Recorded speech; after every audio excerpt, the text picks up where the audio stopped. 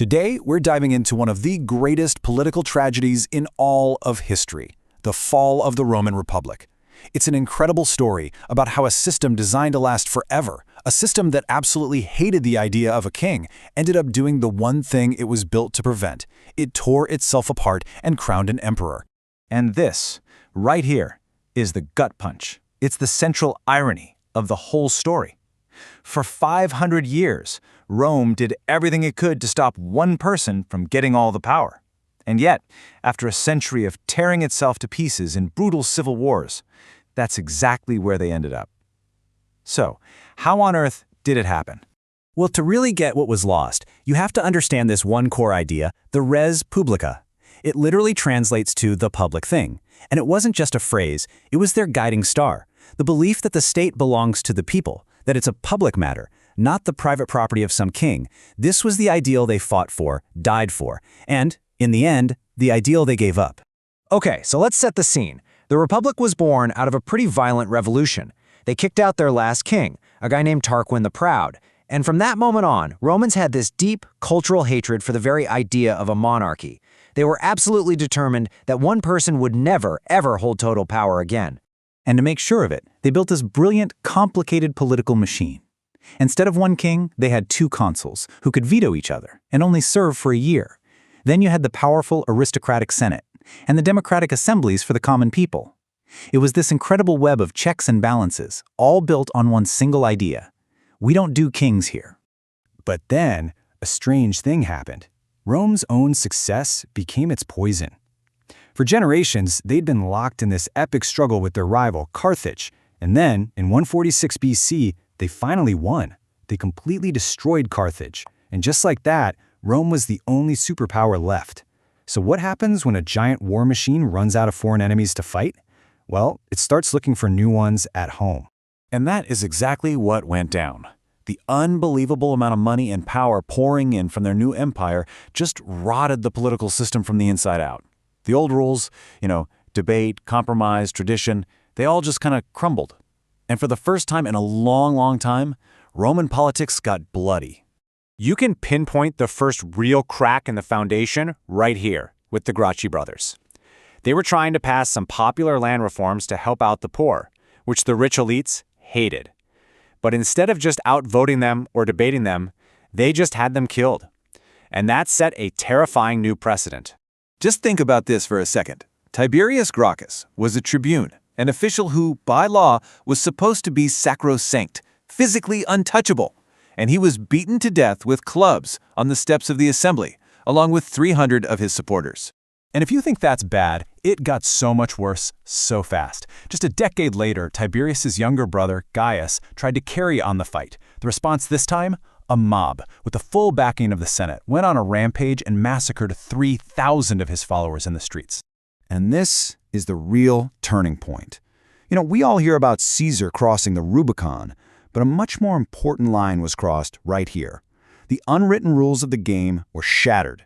Political arguments weren't settled with votes anymore. They were settled with violence. Murder was now just another tool in the political toolbox. So what happens in the next generation? Well, ambitious men saw that violence worked, and they thought, mobs are effective, but legions are better. They started to weaponize the most powerful tool of all, the Roman army itself.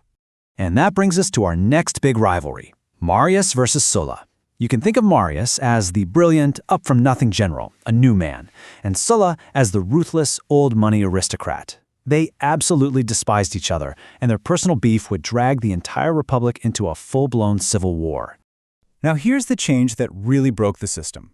Marius reformed the army to allow poor, landless citizens to join. It created a professional fighting force, but it had a fatal flaw. These soldiers weren't loyal to the idea of Rome or the Senate anymore. They were loyal to the one man who paid them, who led them to victory, and who promised them a nice plot of land for retirement, their general. So when Sulla's political enemies in Rome tried to take away one of his military commands, he didn't just write an angry letter to the editor. He did the one thing that was absolutely, completely unthinkable. He took his loyal army and he marched on his own city. He shattered the ultimate taboo. A Roman general attacking Rome, it was a nightmare, and Sulla did it. Twice. And the cost was just staggering. In a single battle, the Battle of the Colline Gate, as Sulla was taking the city, an estimated 50,000 Romans were killed. These weren't foreigners. This was Romans slaughtering fellow Romans right outside the walls of their own capital.